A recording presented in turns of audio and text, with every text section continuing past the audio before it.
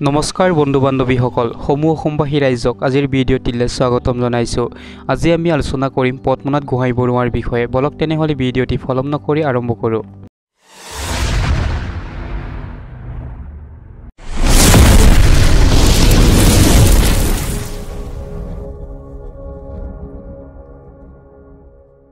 অসম সাহিত্য সভাৰ প্ৰথম সভাপতি পদ্মনাথ গোহাঞিবৰুৱাৰ জীৱনী। ঊনবিংশ শতিকাৰ শেষৰ ফালে অসমীয়া ভাষা সাহিত্যৰ উত্তৰণৰ বাবে আৰু আধুনিক অসমীয়া সাহিত্যিক প্ৰতিষ্ঠা কৰাৰ বাবে যিসকল ব্যক্তিয়ে অহোপুৰুষাৰ্থ কৰিছিল তাৰে ভিতৰত এজন অন্যতম ব্যক্তি হ'ল পদ্মনাথ গোহাঞিবৰুৱা। বহুমুখী প্ৰতিভাসম্পন্ন পদ্মনাথ গোহাঞিবৰুৱা একেদৰে কবি, উপন্যাসিক, নাট্যকাৰ, জীৱনীকাৰ, হাস্যৰসিক, প্ৰবন্ধকাৰ, সম্পাদক, ইতিহাসবিদ, ধৰ্ম বিষয়ক পুথি প্ৰণেতা আৰু পাঠ্যপুথি প্ৰণেতা। বঙলা মাধ্যমত শিক্ষা লাভ কৰিও কঠোৰ শ্ৰম আৰু অধ্যৱসায়েৰে মাতৃভাষাত সাহিত্য চৰ্চা কৰি অসমীয়া ভাষা সাহিত্যৰ অভাৱ পূৰণৰ বাবে অহোপুৰুষাৰ্থ কৰি কবিতা, নাটক, প্ৰহসন, উপন্যাস, জীৱনী, আত্মজীৱনী আদি ভিন্ন ছাঁদেৰে তেওঁ অসমীয়া পাঠকৰ ৰুচি পূৰণৰ চেষ্টাত ব্ৰতী হৈছিল পদ্মনাথ গোহাঞিবৰুৱা। পদ্মনাথ গোহাঞিবৰুৱাৰ প্ৰাৰম্ভিক জীৱন। ১৮৭১ চনৰ ২৯ আঘোণ তাৰিখে উত্তৰ লখিমপুৰৰ নৌকাৰী মৌজাৰ নৌকাৰী গাঁৱত জন্মগ্ৰহণ কৰিছিল পদ্মনাথ গোহাঞিবৰুৱাই। তেওঁৰ পিতৃৰ নাম আছিল গিনাৰাম গোহাঞিবৰুৱা আৰু মাতৃৰ নাম আছিল লম্ভী দেৱী। টাওমুং ক্লিং লুনমং বুঢ়াগোহাঞি আছিল পদ্মনাথ গোহাঞিবৰুৱাৰ পূৰ্বপুৰুষ।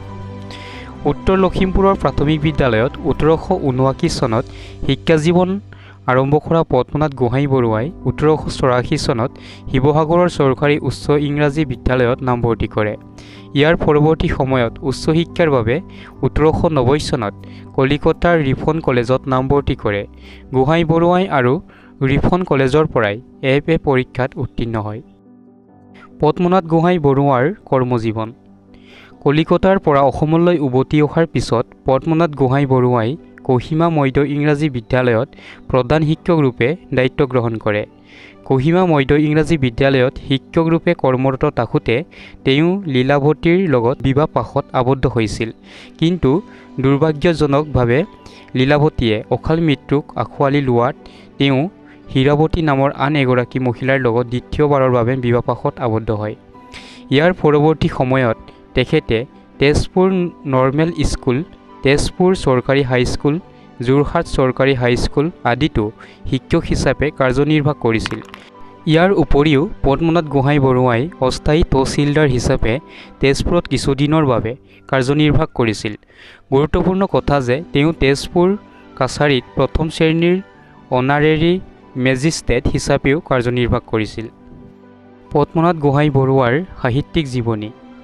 স্কুলীয়া শিক্ষা গ্ৰহণ কৰাৰ সময়ৰ পৰা সাহিত্য চৰ্চা কৰা পদ্মনাথ গোহাঞিবৰুৱাৰ সাহিত্যিক মনৰ উৎকৰ্ষ সাধন হয় কলিকতাত অধ্যয়ন কৰা সময়ৰ পৰা। কলিকতাৰ প্ৰৱাসী অসমীয়া ছাত্ৰসকলৰ ঐকান্তিক প্ৰচেষ্টাত গঠন অসমীয়া ভাষা উন্নতি সাধিনী সভাৰ মুখপত্ৰ হিচাপে ১৮৮৯ চনত প্ৰকাশ হোৱা জোনাকী আলোচনীত নিয়মীয়াকৈ সাহিত্য চৰ্চা কৰিছিল পদ্মনাথ গোহাঞিবৰুৱাই। জোনাকী আলোচনীত পাতনি মেলা তেওঁৰ এই সাহিত্য চৰ্চাই পৰৱৰ্তী সময়ত সাহিত্যৰ প্ৰতি অনুৰাগ বৃদ্ধি কৰিছিল। পদ্মনাথ গোহাঞিবৰুৱাৰ বিজুলীৰ জন্ম। কিন্তু গুৰুত্বপূৰ্ণ কথা যে অসমীয়া ভাষা উন্নতি সাধিনী সভাৰ মুখপত্ৰ হিচাপে প্ৰকাশ পোৱা জোনাকী আলোচনীৰ বিষয়ববীয়াৰ সৈতে পদ্মনাথ গোহাঞিবৰুৱাৰ লগতে আন বহুকেইজন ব্যক্তিৰ মতান্তৰ সৃষ্টি হোৱাত ১৮৯০ চনত পদ্মনাথ গোহাঞিবৰুৱা, বেণুধৰ ৰাজখোৱা, কৃষ্ণপ্ৰসাদ দুৱৰা, নীলকণ্ঠ বৰুৱা আদি ব্যক্তিসকল একত্ৰিত হৈ বিজুলী নামৰ এখন আলোচনী প্ৰকাশ কৰে। বিজুলীৰ প্ৰথম বছৰৰ সম্পাদক ৰূপে দায়িত্ব গ্ৰহণ কৰিছিল কৃষ্ণপ্ৰসাদ দুৱৰাই। তাৰ বিপৰীত দ্বিতীয় বছৰৰ পৰা সম্পাদক দায়িত্ব গ্ৰহণ কৰিছিল পদ্মনাথ গোহাঞিবৰুৱাই। পদ্মনাথ গোহাঞিবৰুৱাৰ বন্তি আলোচনী। গুৰুত্বপূৰ্ণ কথা যে ১৮৯০ চনত বিজুলী আলোচনীৰ প্ৰকাশ বন্ধ হয়। ইয়াৰ পৰৱৰ্তী সময়ত ১৯০১ চনত মথুৰাম মোহন বৰুৱাৰ সম্পাদনাত আসাম বন্তি আলোচনী প্ৰকাশ পায়। পদ্মনাথ গোহাঞিবৰুৱাই এই আলোচনীখনৰ সম্পাদকৰ দায়িত্ব পালন কৰিছিল।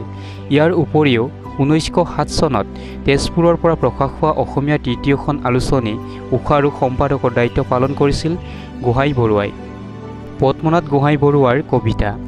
নিখুঁত আৰু কলাসন্মতভাৱে আলোচনী সম্পাদনা কৰা পদ্মনাথ গোহাঁই বৰুৱাই স্কুলীয়া শিক্ষা গ্ৰহণ কৰাৰ সময়তে পানীন্দ্ৰনাথ গগৈৰ সৈতে যুটীয়াভাৱে পদ্মাফানী নামৰ কবিতা পুথি এখন ৰচনা কৰিছিল।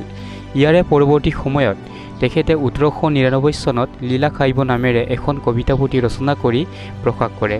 গুৰুত্বপূৰ্ণ কথা যে এই কবিতা পুথিখন তেওঁৰ প্ৰথমা পত্নী লীলাৱতীৰ মৃত্যুৰ পিছত তেওঁক সুবৰণ কৰি ৰচনা কৰা। গোহাঁই বৰুৱাৰ আন দুখন প্ৰকাশিত কাব্যগ্ৰন্থ হ'ল 1901 চনত প্ৰকাশিত জোৰণী আৰু 1941 চনত প্ৰকাশিত ফুলৰ চানেকি। পদ্মনাথ গোহাঁই বৰুৱাৰ নাটকসমূহ। কবিতাৰ উপৰিও অসমীয়া নাট্য ভাণ্ডাৰ চহকী কৰাৰ ক্ষেত্ৰত পদ্মনাথ গোহাঁই বৰুৱাই গুৰুত্বপূৰ্ণ ভূমিকা পালন কৰিছিল। গোহাঁই বৰুৱাই সৰ্বমুঠ 8খন নাটক ৰচনা কৰিছিল। কাহিনী বৰ্ণনা অনুসৰি তেওঁৰ নাটকসমূহক বিভিন্ন ভাগত ভাগ কৰিব পাৰি। তেখেতে ৰচনা কৰা ধেমেলীয়া বা প্ৰশংসামূলক নাটক কেইখন হ'ল গাঁওবুঢ়া, তেতুন তামুলী আৰু ভূত নে ব্ৰহ্ম। তেওঁৰ বুৰঞ্জীমূলক বা ঐতিহাসিক নাটক কেইখন হ'ল জয়মতী, গদাধৰ, সাধনী আৰু লাচিত বৰফুকন। ইয়াৰ উপৰিও তেওঁ ৰচনা কৰা একমাত্ৰ পৌৰাণিক নাটক হ'ল বাণৰজা। পদ্মনাথ গোহাঁই বৰুৱাৰ জয়মতী নাটকখনক সমালোচকসকলে নিভাঁজ হাস্যৰস সৃষ্টি দক্ষতা, টাইপ চৰিত্ৰ সৃষ্টিত সিদ্ধহস্ত, সাধাৰণ গ্ৰাম্য জীৱন শৈলীৰ নিখুঁত পৰিৱেশ ৰচনাৰ বাবে শ্ৰেষ্ঠ নাটক আখ্যা দিছে। অন্যহাতে তেথুন তামুলী নাটকখন হ'ল খুহুতীয়া নাটকৰ শ্ৰেষ্ঠ নিদৰ্শন। গুৰুত্বপূৰ্ণ কথা যে 19বিংশ শতিকাৰ শেষ আৰু বিংশ শতিকাৰ আৰম্ভণিৰ পটভূমিত এখন মঞ্চ সফল নাটক হ'ল তেথুন তামুলী। সৰল আৰু মনোগ্ৰাহী সৰ্বসাধাৰণ অসমীয়া মানুহৰ কথিত গ্ৰাম্য ভাষা ব্যৱহাৰ কৰি ৰচনা কৰা পদ্মনাথ গোহাঁই বৰুৱাক নাটক কেইখনে অসমীয়া নাট্য সাহিত্যৰ ইতিহাসত বিশেষ স্থান অধিকাৰ কৰিছে। পদ্মনাথ গোহাঁই বৰুৱাৰ উপন্যাস। পদ্মনাথ গোহাঁই বৰুৱাই প্ৰকৃতাৰ্থত উপন্যাসৰ বৈশিষ্ট্যৰে সমৃদ্ধ প্ৰথমখন অসমীয়া উপন্যাস ভানুমতী ৰচনা কৰি অসমীয়া উপন্যাস সাহিত্যৰ দুৱাৰ মুকলি কৰিছিল। 1890 চনত প্ৰকাশিত বিজুলী আলোচনীৰ প্ৰথম বছৰৰ প্ৰথম সংখ্যাৰ পৰাই প্ৰকাশ পাইছিল ভানুমতী উপন্যাস। ভানুমতী উপন্যাসখন কিতাপ আকাৰে প্ৰকাশ পাইছিল 1908 চনত। পদ্মনাথ গোহাঁই বৰুৱাই ৰচনা কৰা দ্বিতীয়খন উপন্যাস হ'ল লাহৰী।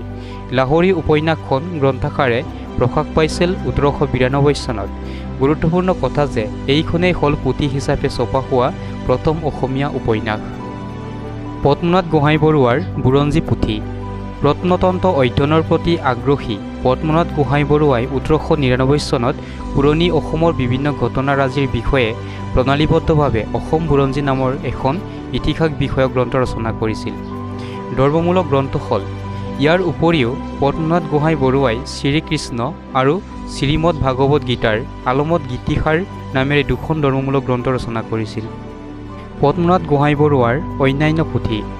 এইসমূহৰ উপৰিও পদ্মনাথ গোহাঁই বৰুৱাই শিক্ষাৰ্থীসকলৰ সহায়ক হোৱাকৈ নীতি শিক্ষা, আদি শিক্ষা, মহাৰাণী, অসম বুৰঞ্জী, হিন্দু বুৰঞ্জী, সাহিত্য সংগ্ৰহ, জীৱনী সংগ্ৰহ, বুৰঞ্জী ভূত, ভূগোল দৰ্শন, দেশী বছৰত, শিক্ষাবিবিধ আদি গ্ৰন্থ ৰচনা কৰিছিল। ইয়াৰ ভিতৰত 1915 চনত প্ৰকাশিত জীৱনী সংগ্ৰহ নামৰ গ্ৰন্থখন হৈছে আধুনিক অসমীয়া ভাষাৰ প্ৰথমখন জীৱনীমূলক সংগ্ৰহৰ গ্ৰন্থ। এই গ্ৰন্থখনত সন্নিৱিষ্ট হৈছে সেই সময়ৰ বহুকেইজন লোকৰ জীৱনী। ইয়াৰ উপৰিও পদ্মনাথ গোহাঁই বৰুৱাৰ আত্মজীৱনীমূলক গ্ৰন্থখনৰ নাম হৈছে 1972 চনত প্ৰকাশিত মোৰ সোঁৱৰণী। পদ্মনাথ গোহাঁই বৰুৱাৰ কীৰ্তিস্তম্ভ।